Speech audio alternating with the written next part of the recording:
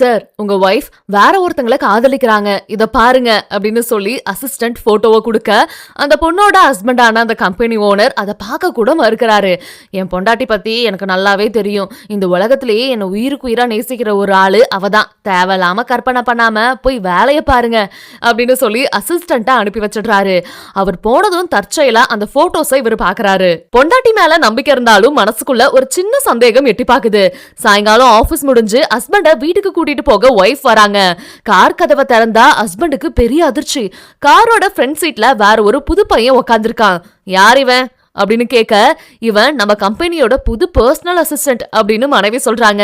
தேவையில்லாத வேலை, தம்பி நீ பின்னாடி போ அப்படின்னு அவர் சொல்ல, அந்த பையன் உங்க ஒய்ஃப் தான் என்ன முன்னாடி உட்கார சொன்னாங்க, நான் நகர மாட்டேன் அப்படின்னு திமிரா அடம்பிடிக்கிறான். அந்த பொண்ணு பரவாயில்லங்க நம்ம பின்னாடி உட்காந்துக்கலாம் அப்படின்னு ஹஸ்பண்ட் கிட்ட சொல்ல, இப்படியே விட்டா இவன் தலைக்கு மேல ஏறி உட்காந்துக்குவான் அப்படின்னு கோவப்பட்ட ஹஸ்பண்ட் அவனை பின்னாடி போக சொல்லி விரட்டிடுறாரு. அப்போ அவரோட மனசுல ரொம்ப சந்தேகம் வர ஆரம்பிக்குது.